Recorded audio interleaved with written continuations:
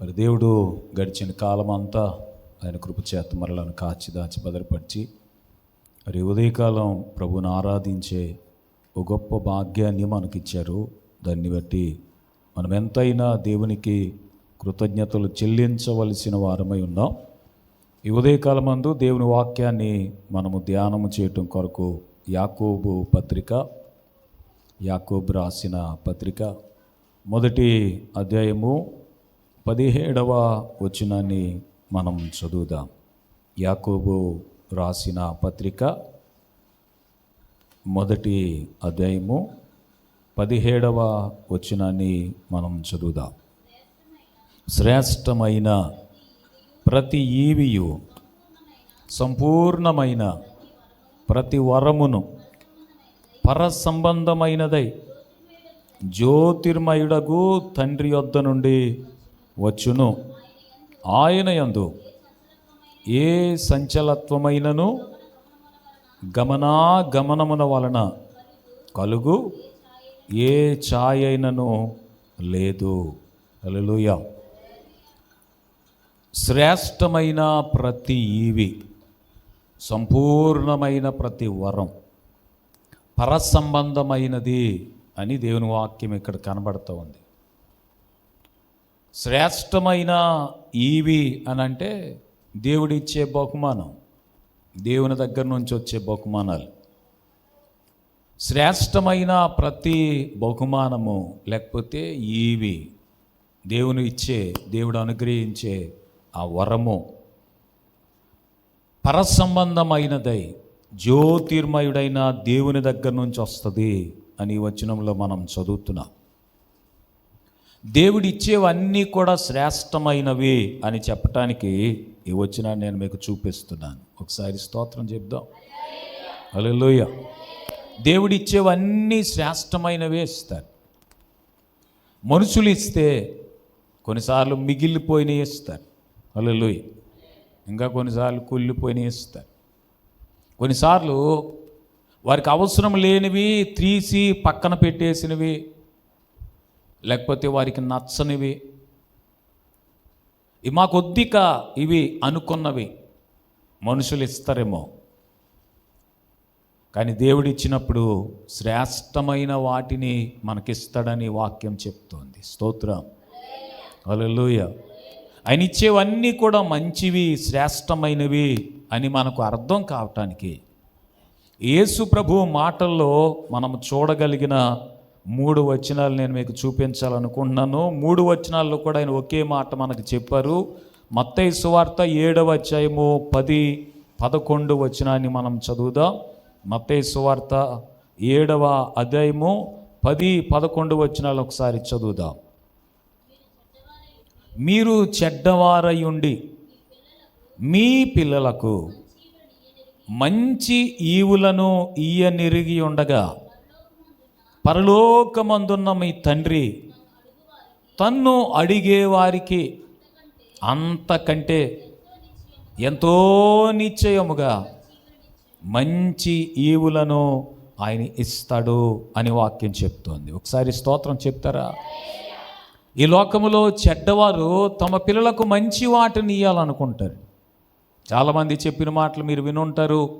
మా బ్రతుకు ఎలాగైపోయింది, నువ్వు మాకంటే బాగా బ్రతకాలి, మేము ఎలాగా చదువుకోలేకపోయాం, నీవు బాగా చదువుకోవాలి, మాకు చదువు లేక ఉద్యోగం లేక ఇలాగైపోయాం, మీరు మాకంటే మంచి స్థితిలో ఉండాలి అని మాట్లాడే తల్లిదండ్రుల మాటలు మీరు వినుంటారు.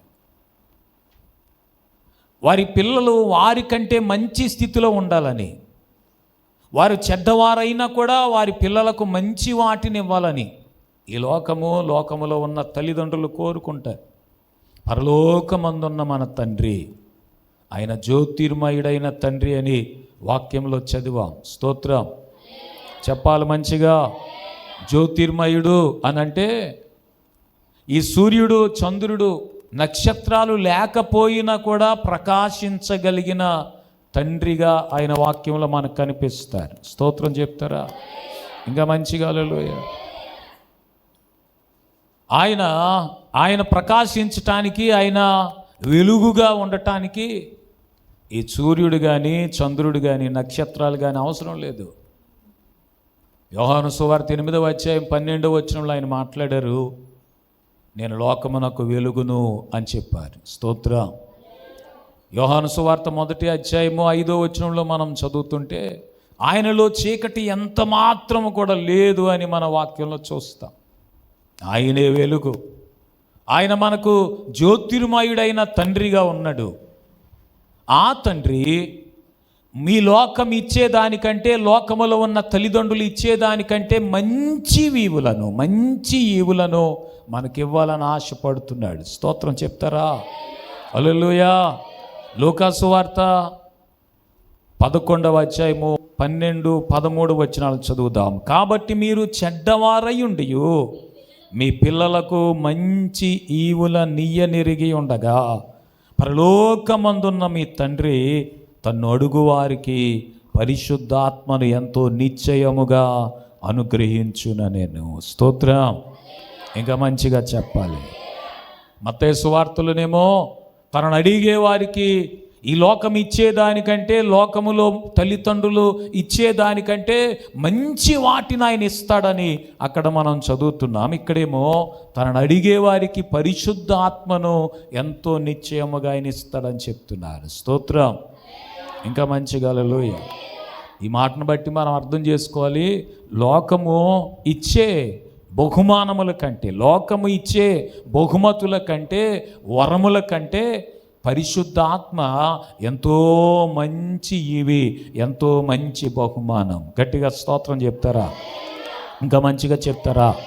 హల్లెలూయా, హల్లెలూయా. ఆయన ఇచ్చే మంచి ఈవులను గురించి నేను మీకు 1-2 సంగతులు చెప్తాను.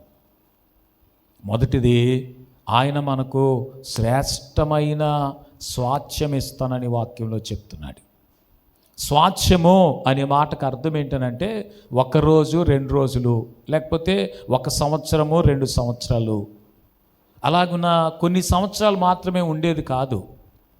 ఇప్పుడు మీ జీవితంలో మీరు అనుభవించిన తర్వాత మీ పిల్లలు, వారి పిల్లలు పిల్లల తరములు అనుభవించగలిగిన దానిని స్వాస్థ్యము అని పిలుస్తాం. గట్టిగా స్తోత్రం చెప్పండి. అర్థమైతే హల్లెలూయా చెప్పండి. పక్కవారితో చెప్పండి, దేవుడిచ్చే స్వాస్థ్యం, దేవుడిచ్చే ఈవి ఎలా ఉంటుందనంటే పిల్లల తరములు అనుభవించగలిగేటట్టుగా అది ఉంటుంది. అది దానిని, అలాంటి స్వాస్థ్యాన్ని దేవుడు మనకిస్తాడు. స్వాస్థ్యం అంటేనే ఒక్కరితో అయిపోయేది కాదు. స్తోత్రం. ఇప్పుడు మీ ఇంట్లో బిర్యానీ వండుకున్నారు, ఎన్ని సంవత్సరాలు తినగలుగుతారు మీరు?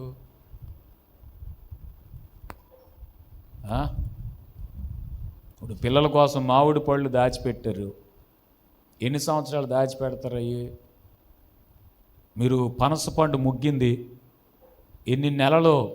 ఏమండి, మీ అబ్బాయి అమెరికాలో ఉన్నాడు, వాడు వచ్చే వారికి ఎన్ని నెలలు దాచిపెడతారు వాటిని?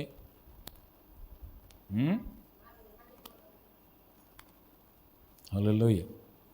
దేవుడిచ్చేవన్నీ కూడా మంచివి అని తెలియటానికి మాటలు నేను మీకు చూపిస్తున్నాను.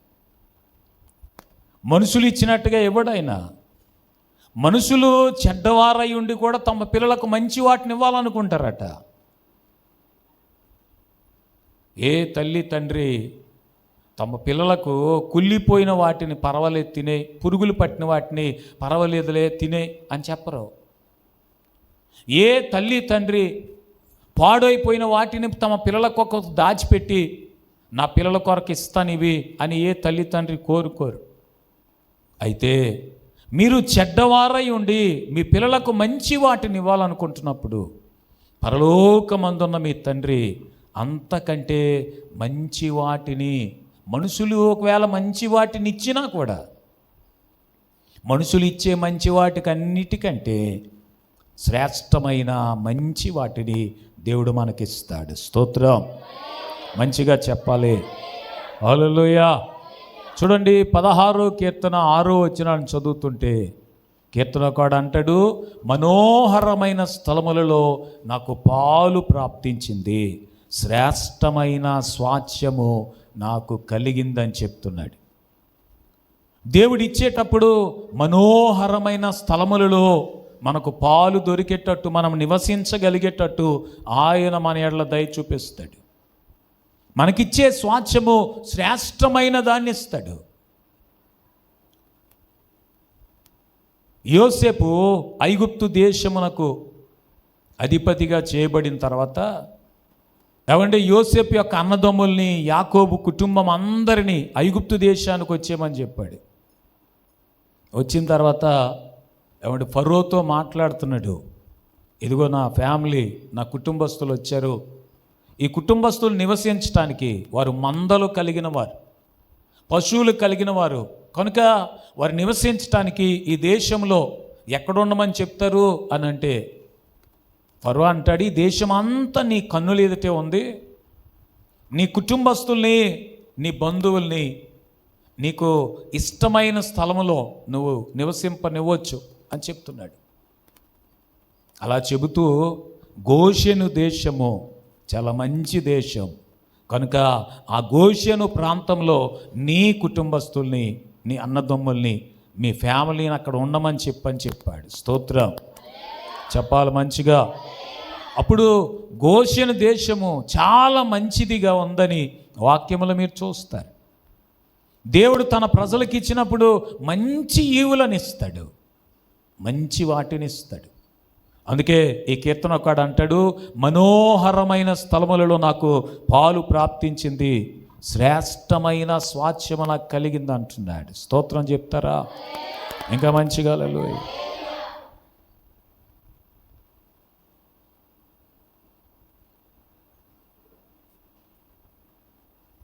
రాజైన అర్థహసస్త తన రాణి వస్తీ ఒక సౌందర్యాన్ని తన సేనాధిపతులకి, తన అధిపతులందరికీ చూపించాలని విందు చేసిన సమయంలో పిలిస్తే వస్తీ రానని చెప్పారు. అందుకని అధిపతులందరూ కలిసి రాణిగారే రాజుగారి మాట వినకపోతే ఈ దేశంలో ఈ సంస్థానములో ఉన్న స్త్రీలందరూ తమ యజమాని, తన భర్త మాట వినరు, లోబడరు. కనుక ఈ పద్ధతిని మనం ఎలాగైనా కంట్రోల్ చేయాలని చెప్పినప్పుడు వస్తిని రాణిగా ఉండకుండా పక్కకు పెట్టేశారు. రాజుగారి భార్యగానే ఉంటుంది కానీ రాణికుండే అధికారాలు, అర్హతలు, రాణికుండే యోగ్యతలు, పరిస్థితులు ఏవి ఆమెకుండవేక ఆమెను పక్కకు పెట్టేశారు. పెట్టేసి రాణిగా ఉండటానికి ఆ సంస్థానములో ఉన్న యవనస్తులైన కన్యకలందరినీ రాణిగా ఉండటం కొరకు సెలెక్ట్ చేయడానికి పిలిచారు. అందులో ఎస్తేరు ఎన్నుకోబడింది. హల్లెలూయా. ఎస్తేరు ఎన్నుకోబడిన తర్వాత రాజు ఆ ఎస్తేరును ఉంచిన స్థలాన్ని నేను మీకు చూపించాలని ఆశపడుతున్నాను. ఎస్తేరు గ్రంథం 2వ అధ్యాయం 9వ వచనాన్ని మీరు చదువుతుంటే, ఎస్తేరు గ్రంథం 2వ అధ్యాయం, ఆ చిన్నది అతని దృష్టికి ఇంపైనది గనుక ఆమె అతని వలన దయ పొందింది. కాబట్టి ఆమె పరిమళ క్రియల కొరకైనా ఆమెకు కావలసిన భోజన పదార్థములను రాజు ఇంటిలో నుండి ఆమెకు ఇయ్యదగిన 7 ఆడపిల్లలను ఆమెకు త్వరగా ఏర్పరిచి ఆమె చెలికత్తెలను అంతఃపురములో అతి శ్రేష్టమైన స్థలమందు ఉంచాడు. హల్లెలూయా. ఎక్కడ ఉంచాడంట? రాణిగా చేయబడ్డానికి, లేకపోతే రాజుకు భార్యగా చేయబడ్డానికి సిద్ధపడుతున్న కాలం అది. ఆ సిద్ధపడుతున్న కాలంలో ఆమెను సిద్ధం చేయటానికి అంతఃపురములో అతి శ్రేష్టమైన స్థలములో ఉంచాడంట. స్తోత్రం. మంచిగా చెప్పాలి. ఈ మాటను మీరు వినండి. యేసు ప్రభువారు త్వరలో రాజుల రాజుగా, ప్రభువుల ప్రభువుగా ఈ భూమి మీదకి రాబోతూ ఉన్నాడు. ఆయన నిన్ను నన్ను తన వధువుగా, తన పెళ్లి కుమార్తెగా చేసుకోవాలని ఆశపడుతున్నాడు. ఈ ఎస్తేరును చూసినప్పుడు రాజుకు చాలా ఇష్టం కలిగిందంట. అతని దృష్టికి ఆ చిన్నది ఇంపైనది అని అంటే నచ్చింది. రాజుగారు మెచ్చుకున్నాడు. దేవుని బిడ్డ, ఈ దినాన నిన్ను నా యేసు ప్రభువారు మెచ్చుకునేటట్టుగా, నీ జీవితం ఆయనకు నచ్చేటట్టుగా, ఇంపుగా సొంపుగా ఉండాలని ఈ మాటల యొక్క అర్థం. హల్లెలూయా. ఇంకా మంచిగా చెప్తారా? అలాగున ఏ ఆత్మీయ జీవితం అయితే యేసయ్యకు ఇంపుగా సొంపుగా ఇష్టముగా నచ్చేదిగా మెచ్చుకునేదిగా ఉంటుందో వారిని ఆయన అతి శ్రేష్టమైన స్థలములో తన వధువుగా సిద్ధపరచడానికి ఆయన ఉంచుతాడు. స్తోత్రం చెప్పాలి మంచిగా. ఆయన మందిరం, ఆయన వాక్యాన్ని వినగలిగే, ఆయన సన్నిధిలో ప్రార్థన చేసుకోగలిగే, ఆయన సన్నిధిని అనుభవించగలిగే ఈ స్థలమే అంతఃపురం. అంతఃపురంలో అంతఃపురములో అతి శ్రేష్టమైన స్థలములో దేవుడు నిన్ను ఉంచాలని, ఆయన వధువుగా నిన్ను సిద్ధపరచాలని నా ప్రభు కోరుకుంటున్నాడు. స్తోత్రం చెప్తారా మంచిగా? ఆయన మందిరమే అంతఃపురం. ఈ మాటలు వింటున్నప్పుడు, ఈ మాటలు విని ఈ మాటల ప్రకారంగా నడుచుకోవాలని మీకు బోధించబడుతున్నప్పుడు దాని అర్థం ఏంటనంటే, ఆయనకు ఇష్టమైన కన్యకగా, ఆయనకి ఇష్టమైన వధువుగా మీరు సిద్ధపడవలసిన స్థలం ఇదని అర్థం. స్తోత్రం. హల్లెలూయా. పరిమళ క్రియలు ఆయన మందిరంలో జరుగుతాయి. స్తోత్రం. ఏ క్రియలు జరుగుతాయి? పెళ్లి కూతురుని సిద్ధం చేస్తారు కదా. పెళ్లి కూతురుని సిద్ధం చేసినప్పుడు తప్పకుండా కొంచెం సెంటు ఎక్కువ కొడతారు. పెళ్లి కూతురుకు కొడతారో లేదు తెలియదు, కానీ సిద్ధం చేసేవాళ్ళు మాత్రం తెక్కొట్టేసుకుంటారు. మీరు ఎప్పుడైనా చూసారా? విడిది గది ఇస్తారు కదా. ఆ పెళ్లి కూతుర్ని మేము పెళ్ళి వేదిక దగ్గరికి తీసుకురావడానికి వెళ్తున్నప్పుడు ఈ తయారు చేసేవాళ్ళు రాసేసుకుంటారు అన్నీ. ఈ తెచ్చిన డబ్బా ఉంటుంది కదా, ఈ తయారు చేసేవాళ్ళు ఉంటారు, 10 మంది ఉంటారు గదిలో. వాళ్ళు రాసేసుకుని, వాళ్ళు పూసేసుకుని మొత్తం దాచేసుకుంటారు. స్తోత్రం చెప్పండి మంచిగాను. హల్లెలూయా. నేను ఆ మాటలు ఎందుకు చెప్తున్నానంటే, అక్కడుండే శ్రద్ధ దేవుని మందిరములో ఉన్నప్పుడు మనకు ఉండాలి. దేవుని వాక్యము మనలను శుద్ధి చేస్తూ ఉన్నప్పుడు, మనల్ని పరిమళ వాసనగా చెయ్యాలని కోరుకుంటున్నప్పుడు, అవునా పాస్టర్ గారు, మందిరములోనే మనము వధువుగా సిద్ధపడుతూ పరిమళ క్రియలు జరుగుతున్నాయా అని అంటే, మందిరములో ఉన్నప్పుడే మనలను ఆయన పెండ్లి కుమార్తెగా, ఆయన వధువుగా, ఆయనకు రాణిగా మనల్ని చేసుకోవాలని ఇక్కడ మనల్ని సిద్ధం చేస్తున్నాడని చెప్పటానికి ఎఫెసీయులకు రాసిన పత్రిక 5వ అధ్యాయం 2వ వచనం చదువుదామా? ఎఫెసీయులకు రాసిన పత్రిక 5వ అధ్యాయం 2వ వచనాన్ని చదువుదాం.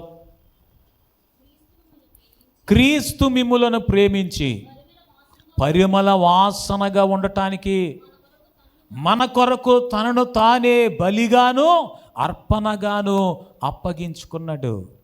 ఇప్పుడు మనం ఎలా ఉండాలంటే పరిమళ వాసనగా ఉండాలి. స్తోత్రం. ఎస్తేరుకు దాదాపు 6 నెలల పాటు పరిమళ క్రియలు జరిగాయి. సుగంధ ద్రవ్యాలతో, పరిమళ క్రియలతో ఎస్తేరును సిద్ధం చేశారు. అలాగే యేసయ్యకు నీవు ఇంపుగా ఉన్నావు గనుక నిన్ను వెదకి రక్షించుకొని ఆయన సన్నిధానములో నీకు పరిమళ క్రియలు జరిగేటట్టుగా, శ్రేష్టమైన స్వాస్థ్యము నీకు దొరికేటట్టుగా, అతి శ్రేష్టమైన స్థలములో, స్తోత్రం, దేవుని మందిరం, దేవుని సన్నిధి అని అంటేనే లోకములో ఉన్న ఏ స్థలముల కంటే అతి శ్రేష్టమైన స్థలం ఇదే. హల్లెలూయా, హల్లెలూయా. కానీ దేవుని మందిరం ఈ భూమి మీద ఉన్న అన్ని స్థలముల కంటే అతి శ్రేష్టమైన స్థలం అని ఎందుకు చెప్తానో తెలుసా? ఈ భూమి మీద నీ జీవితం ఉన్నంత వరకు, ఈ భూమి మీద జీవితం అయిపోయిన తర్వాత నీ ఉండబోయే ఆ పరలోక రాజ్యము కొరకు నిన్ను సిద్ధపరిచే స్థలం ఇదే. హల్లెలూయా, హల్లెలూయా. భూమి మీద ఎక్కడికి వెళ్ళినా, ఇంతకంటే అనుకూలమైన పరిస్థితులు, ఇంతకంటే హాయిగా అనిపించే స్థలాలకు నువ్వు వెళ్ళినా కూడా అక్కడ నిన్ను పరలోక రాజ్యం కొరకు సిద్ధపరిచే కారణం ఒక్కటి కూడా ఉండదు. ఏ ఫంక్షన్కి వెళ్ళండి, కడుపు నిండా అన్నం దొరకొచ్చేమో. స్తోత్రం. షడ్రుచులు అంటారు. షడ్రుచులని అంటే 6 రకాల వంటకాలు, లేకపోతే 16 రకాల వంటకాలు అక్కడ మీకు పెట్టవచ్చు. మీ కడుపు నిండుతుంది, చాలా సంతోషం అనిపిస్తుంది. కానీ ఆ ఆహారము, ఆ ఫంక్షను, ఆ పరిస్థితులు పరలోకం కొరకు మిమ్మల్ని సిద్ధపరచడానికి కొంచెం కూడా అసలు ఉపయోగపడవు. స్తోత్ర చెప్పాలి మంచిగా. హల్లెలూయా. ఆదివారం ఆరాధన వదిలిపెట్టి నువ్వు పనికి వెళ్ళొచ్చు. పనికి వెళ్తే నీకు ఒక రోజుకో ఒక వారానికో సరిపడే ధనం రావచ్చు, ధనం సంపాదించుకోవచ్చు. నువ్వు ఆ ధనము, ఆ పని పరలోకము కొరకు నిన్ను సిద్ధపరచడానికి ఒక ఇసుమంతైన ఉపయోగపడదు. హల్లెలూయా. మీకేం అర్థమవుతుందో లేదో నాకు తెలియదు. ఆరోగ్యం కొరకు ఆరోగ్యాన్ని కోరుకొని హాస్పిటల్కి వెళ్ళొచ్చు. స్తోత్రం. కొన్నిసార్లు హాస్పిటల్ కూడా ఆరోగ్యాన్ని ఇవ్వలేకపోతున్నాయి. లేదు, నువ్వు వెళ్ళిన డాక్టర్ మంచిగా ట్రీట్మెంట్ అందించారు, మెడిసిన్ నీకు పనిచేసింది, నువ్వు ఆరోగ్యాన్ని సంపాదించుకున్నావు. నువ్వు వెళ్ళిన హాస్పిటల్ నీ ఆరోగ్యం పరలోకానికి వెళ్ళటానికి కొంచెము కూడా ఏం చేయదు. అర్థమవుతుందా నా మాటలు? అందుకనే దేవుని మందిరమే నా యేసయ్య మిమ్మల్ని ఉంచిన అంతఃపురం. ఈ అంతఃపురంలో కూడా వాక్యం వినే భాగ్యము అతి శ్రేష్టమైన స్థలం. అర్థమైతే హల్లెలూయా చెప్పండి. ఇంకా మంచిగా హల్లెలూయా. మరి ఇప్పుడు ఏం కోరుకుంటారో కోరుకోండి. 63వ కీర్తనలో కీర్తనకాడు అంటాడు, నీ వాక్యము నాకు దొరికినప్పుడు, నీ వాక్యమును నేను ధ్యానించినప్పుడు క్రొవ్వు మెదడు దొరికినట్టుగా నా ప్రాణము తృప్తి పొందుతూ ఉందని చెప్తున్నాను. చేతులెత్తి స్తోత్రం చెప్పండి. క్రొవ్వు మెదడు దొరికినట్టుగా నా ప్రాణము తృప్తి పొందుతుంది అంటున్నాడు. ఎస్తేరుని ఎక్కడ ఉంచారనంటే అంతఃపురములో అతి శ్రేష్టమైన స్థలములో ఉంచారంట రాజు. స్తోత్రం. యేసయ్య కూడా ఈరోజు నిన్ను నన్ను అంతఃపురములో అతి శ్రేష్టమైన స్థలములో ఉంచాడు. ఎందుకనంటే నీవంటే నేనంటే నా యేసయ్యకి ఎంతో ఇష్టమయ్యింది. స్తోత్రం చెప్పాలి. లోకములో నీకంటే నాకంటే గనులు ఉన్నారు, గొప్పవారు ఉన్నారు, అందమైన వారు ఉన్నారు, ఐశ్వర్యవంతులు ఉన్నారు, బలవంతులు ఉన్నారు, ఎన్నో విషయాల్లో ఎవడి పేరును సంపాదించుకున్న ప్రఖ్యాతి నొందిన వారు ఉన్నారు. అయినా వారందరిని వదిలిపెట్టి ఎస్తేరును ఏరి కోరి ఎవండి తన రాణిగా చేసుకోవటానికి తను ఇష్టపడినట్టుగా నిన్నే వెదకి వెదకి ఆయన రక్షించుకొని తన బిడ్డగా చేసుకున్నాడు. స్తోత్రం చెప్తారా మంచిగా? కొన్నిసార్లు అంటారు, ఇంకెవరు లేరేంటి, నేనే దొరికానా? ఒకవేళ నీకు అలాగ అనిపిస్తుందేమో, ప్రార్థనకు రమ్మని పిలిచినప్పుడు, ప్రార్థనలో కాలం గడపాల్సి వచ్చినప్పుడు, ఏదైనా పరిచర్య చేయాల్సి వచ్చినప్పుడు, దేవుని కొరకు ఏదైనా చేయవలసి వచ్చినప్పుడు ఇంకెవ్వరు దొరకలేదా, నేనే దొరికానా అని అంటే, ఆయనకు రాణిగా చేసుకోవటానికి ఆయన రాజుగా వచ్చినప్పుడు నీవే దొరికావు. స్తోత్రం చెప్పట్లేదు ఎవరును. హల్లెలూయా. యేసయ్యకి భూమి మీద కోట్ల కొలది ప్రజలున్నా అందరిలో నుండి నిన్నే ఏరుకున్నాడు, నిన్నే ఎన్నుకున్నాడు, నిన్నే కోరుకున్నాడు ఆయన. హల్లెలూయా. కనుక నువ్వెంత గొప్ప భాగ్యము పొందిన వ్యక్తివో నీకు అర్థమైతే ఆయన సన్నిధిలో కాలం గడపటానికి పరిమళ క్రియలు జరిగించమని ప్రభువును కోరుకుంటావు. స్తోత్రం. కీర్తన కూడా అంటున్నాడు, మనోహరమైన స్థలములలో నాకు పాలు ప్రాప్తించింది. ఏది మనోహరమైన స్థలం? దేవుని మందిరమే. ఈ మందిరం కంటే, ఆయన సన్నిధిలో ఉండడం కంటే, ఆయన వాక్యం వినడం కంటే, ధ్యానించడం కంటే, ప్రభువును ఆరాధించడం కంటే, ఆ స్థలము కంటే మనోహరమైన స్థలం ఈ భూమి మీద మరొకటి మనకు కనిపించదు. లేదు, కనిపించకపోవడం కాదు, మనకు అనిపించకపోవచ్చు, కానీ మరొక మంచి స్థలం భూమి మీద లేదు. ఎందుకండి? ఈ భూమి మీద ఉన్న స్థలములన్నిటికంటే దేవుని సన్నిధానమే, దేవుని మందిరమే మనోహరమైన స్థలము, శ్రేష్టమైన స్థలం అని ఎందుకు చెప్పగలమనంటే పరలోకము కొరకు మనల్ని సిద్ధపరిచేది. ప్రభువుల ప్రభువుగా, రాజుల రాజుగా యేసయ్య భూమి మీదకి రాబోతున్నప్పుడు, ఆయనకు వధువుగా రాణిగా సిద్ధపరిచే స్థలము, పరిమళ క్రియలు జరిగించే స్థలము ఆయన సన్నిధానమే. హల్లెలూయా. అందుకనే ఈ కీర్తనకారుడు చెప్పినట్టే దేవుని మందిరంలో ఉన్నప్పుడు, దేవుని సన్నిధిలో ఉన్నప్పుడు, ఆయన సన్నిధి మనం అనుభవిస్తున్నప్పుడు మనం చెప్పాలి, మనోహరమైన స్థలములలో నాకు పాలు ప్రాప్తించింది. ఆయన ఇచ్చేదంతా మంచిది ఇస్తాడని చెబుతూ, మొట్టమొదటిగా నేను చెప్పే మాట, శ్రేష్టమైన స్వాస్థ్యము మనకివ్వాలని నా ప్రభు కోరుకుంటున్నాడు. స్తోత్రం, హల్లెలూయా. ఎబ్రీయులకు రాసిన పత్రిక 10వ అధ్యాయము 34వ వచనాన్ని ఒకసారి మనం చదువుదాం. ఎబ్రీయులకు రాసిన పత్రిక 10వ అధ్యాయము, ఎలాగనగా మీరు ఖైదులో ఉన్నవారిని కరుణించి మీకు మరి శ్రేష్టమైనదియు స్థిరమైనదియునైనా స్వాస్థ్యమున్నదని ఎరిగి మీ ఆస్తి కోల్పోవటానికి సంతోషముగా ఒప్పుకున్నారు అని ఇక్కడ ఉన్న వారితో ఆ భక్తుడు మాట్లాడుతున్నాడు. స్తోత్రం.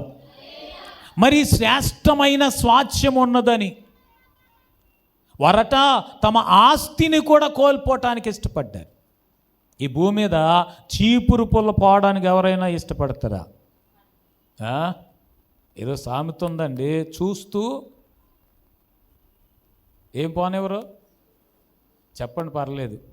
సూది పోనివ్వరట, చూడకుండా ఏం పోయినా పర్లేదు, చూడకుండా డబ్బులం పోయినా పర్వాలేదట. చూస్తూ చూస్తూ ఏది పోనివ్వరు? సూది పోనివ్వరు. ఈ లోక సంబంధులు వారికి చూస్తూ చూస్తూ చూస్తూ చూస్తూ ఏం చేయలేరు? ఒక సూదిని ఎవరికి ఇవ్వలేరు. స్తోత్రం. వారికి తెలియకుండా, వారికి అర్థం కాకుండా వారి వెనక నుంచి డబ్బాలా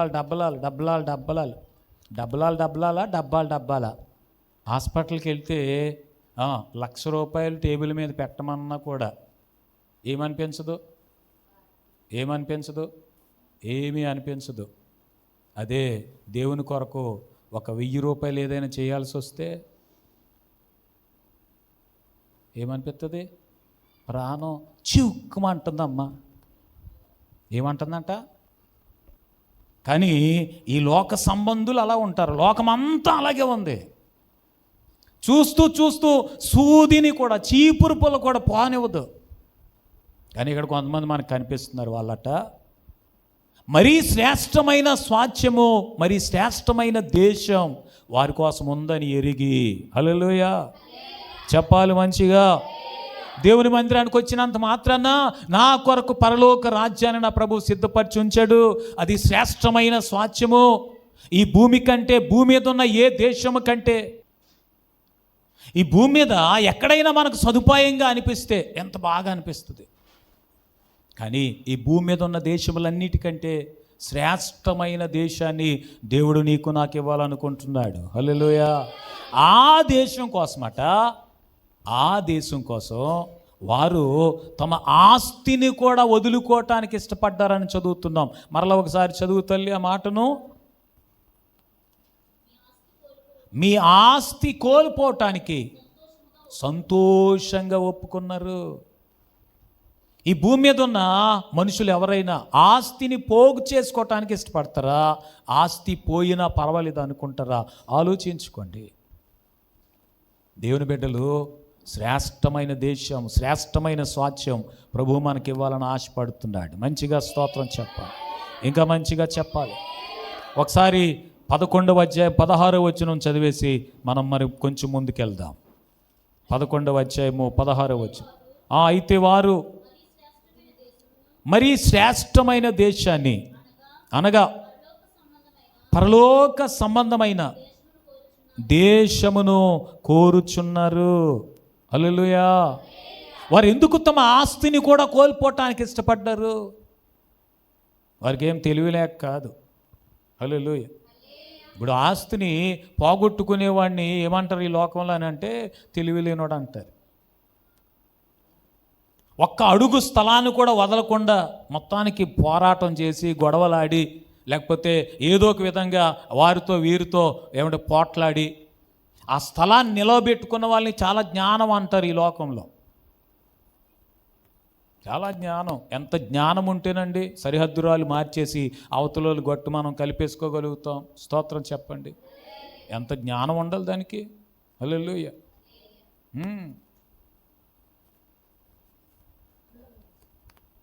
ఆస్తికి ఆస్తిని పోగు చేసుకోవాలంటే ఎంత జ్ఞానం ఉండాలి. ఈ లోకం వారిని జ్ఞానం అంటది, జ్ఞానవంతులు అంటది. కానీ వీళ్ళేంటో ఈ లోకానికి ఎవండి పౌలు గారు అంటారు, మేము జ్ఞానవంతులమై ఉండి మేము వెర్రివారము అంటాడు ఆయన. ఈ లోకానికి మేము వెర్రివారిగా కనిపిస్తున్నాం.